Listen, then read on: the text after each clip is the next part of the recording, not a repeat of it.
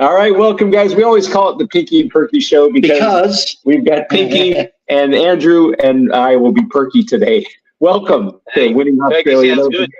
good. And we just all got Andrew off. from Sydney, winning AO. Looking forward to it. All right, awesome. So, guys, we had some amazing matches over the last couple of days, and we're looking down at some finals that are going to be really spectacular to watch. Andrew, I'd love to get your take and your eye about what you saw in the semifinal matches. Let's start with the men's and kick it off with either of the two matchups. What did you notice, and sort of what were you looking for, and what did you see? And what could amateurs learn from it? What was that? What could amateurs take away? Learn. All right, good strategy is worth a lot. So let's say Djokovic, Sinner. And I mentioned to you 2 weeks ago, I'll be watching Sinner all the way through because he's got Darren Cahill, who's a highly strategic coach. And Sinner just kept doing the same thing. He's had 2 wins against Djokovic beforehand. So he's got a proven record, and he did it again. Right? Australian Open, pressure, everything. So why do you think Djokovic played 6 out of 10 and couldn't find his normal self? Well, you can't pick what's in their mind, but you know that there's something that Sinner's team is doing that's getting results. The other players and teams are going, what is it that they're doing? And they're trying to analyse that because everyone's trying to find something special against every other team. Sinner actually stuck to a plan all the way through, and the end result is he's into the final. The other one, Zverev and Medvedev, amazing match. Zverev had it. Medvedev just kept fighting back and just did an incredible, it's just 1 point. Just got close, and then there was just 1 point. And then got close on the next tiebreaker, 1 point again. So that would disappoint Zverev. Yeah, and he was very disappointed. Yeah, you can see he really wants that number 1. Well, he was 2 sets up. He was, but match is not over until you're shaking hands at the net. And even Medvedev was a bit shocked that he won. He just kept plugging away and won. Yep, and we talked about this. Just force him into one more shot. If you can hit a winner, or you can just wait for a mistake. And Medvedev made him work really hard for the first 2 sets, and he hit winners at the right time. But they were so close; they were locking horns all the way. I always feel like Medvedev is like the tortoise. You know, we have the tortoise and the hare, and he just plods along, makes you hit another. He never hits the cover off the ball, but you cannot hit the ball through him, and he's not very rarely going to beat himself. You're right. He's like a chess strategy. You can see it on the court. He's keeping the ball in play and keeping it at a slow pace so you're generating force, but then that doesn't mean he can't generate it. He's just waiting for the right time. Yeah, and then he nails it. Precision. So how's he going to get on with Sinner? Look, I back Sinner all the way through, so I'm not going to change my mind, guys. I know you want me to, but I'll stick with Sinner because I have a high respect for Darren Cahill, and Medvedev's going to be hard. But so is Djokovic. So I'll stick with Sinner, and we'll talk the next time, and hopefully I can be still smiling. There you go. Okay. Apart from Darren Cahill being Aussie, have you worked with Darren? Give us some insights into how he is in terms of strategy. He did Leighton Hewitt, didn't he? He was there was a lot of coaches. There's Peter Taylor, Peter Smith, and then Darren was amazing. It was just this pleasure to be on court. I was allowed to be on court with them while he's doing coaching, and it was just amazing, just the rules. And I adapt those rules even in my coaching with average players. What do you mean by rules? The rules are you stick to the cross courts until you see your opponent nearly go out past the single sideline. And that's the only time you go down the line. But a really simple rule, when you're serving, classic. On big points, get a first serve in, because even the best of them can make a double fault. And we saw that with Alex de Minaur. Game point, match points, set points, does a double, and the person doesn't have to do anything.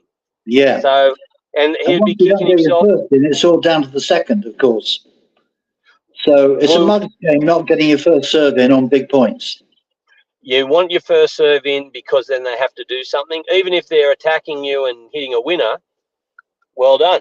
But to do a double fault and they do nothing, that's that's that difference.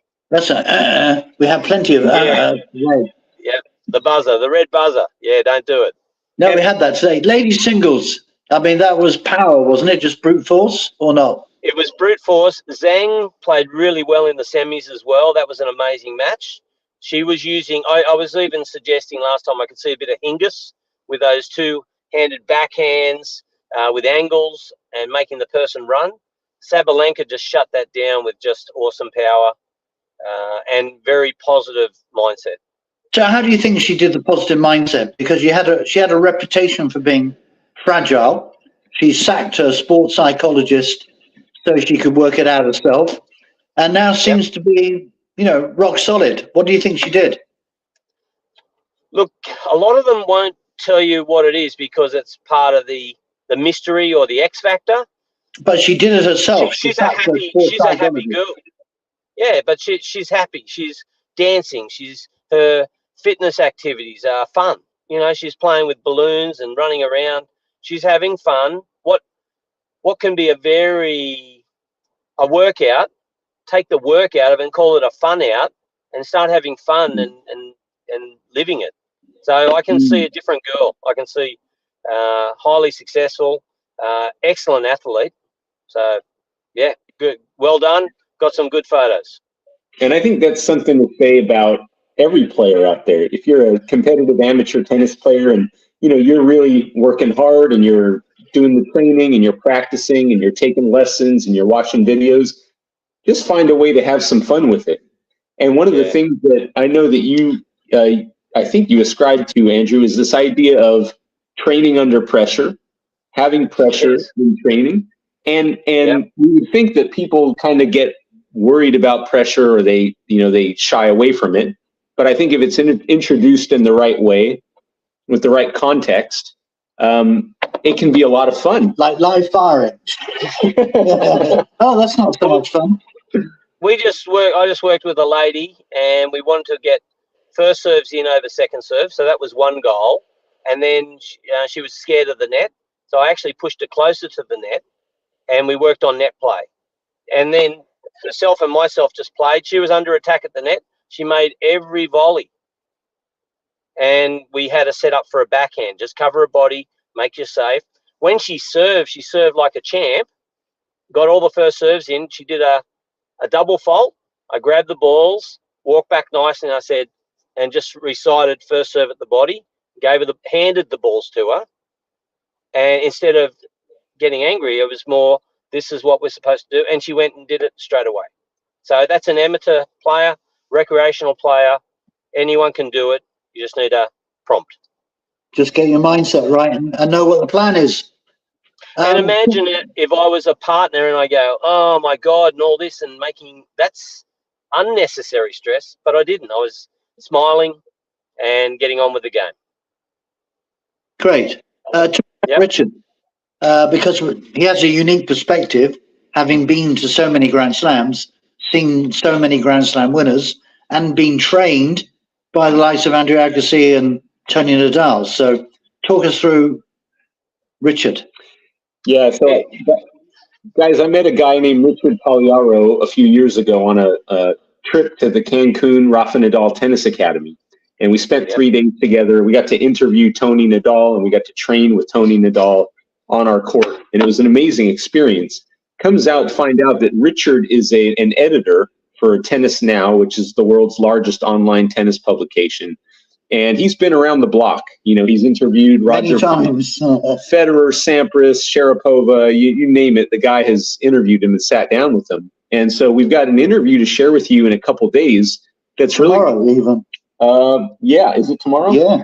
So in that interview, what he talks about is the common threads because obviously they're all different personalities. They all have differences in who they are as people. But there were certain things that all of these great Grand Slam champions had in common. And in that interview, he shares them. And he also talks about the training processes that he said that they all did. So they all did different things, but there were certain things that they all did. And common traits. Common traits. And Richard is a lovely person. So you're going to want to tune in for that tomorrow. And are these applicable for amateurs, or is it just for Grand Slam winners? This is specifically for what the pros do that we can also do. Oh, yeah, I like that. Oh, the pros can run a 40-yard dash in 4.5 seconds. We can't probably do that. But there are certain things that they do that we can all do. And so that's going to be a fantastic interview coming up tomorrow with Richard Pagliaro. Incidentally, if you tune in to Tennis Now, if you go to their Facebook page, you can like their page, and he's got articles coming out all the time that really go deep into psychology of these players, what their personal lives are like, and then obviously what they do on the court that allows them to train so well. So that'll be tomorrow. great. And see, what you're talking about is best practice. And if any player reads positive things, they start to adapt some of these into their own persona. Absolutely. Absolutely. Great. So you've got a top pick. I'm going to root for Medvedev. It's all on the line, Andrew. We'll see you tomorrow. It was on the line when you nominated Djokovic, but I went for Sinner, and I'm still on the line. Yeah, well, pride comes before a fall, my Aussie friend. Yeah, and a one comes before a 4 too. So I've got my comebacks. But we'll see. I'll bring a little set of tissues just for you tomorrow. Thank you very much. I need to. I'll need those just to sneeze on every now and then. Yeah. Just to dab your eyes. Yeah. Oh, was it for my eyes or yours? All right. Will I ever get the last word in? It's like my wife, Andrew. No, I'm out. Andrew from Sydney. Catch you later. Cheers, man. Bye, guys. Thank Bye. you, Andrew. Thank you.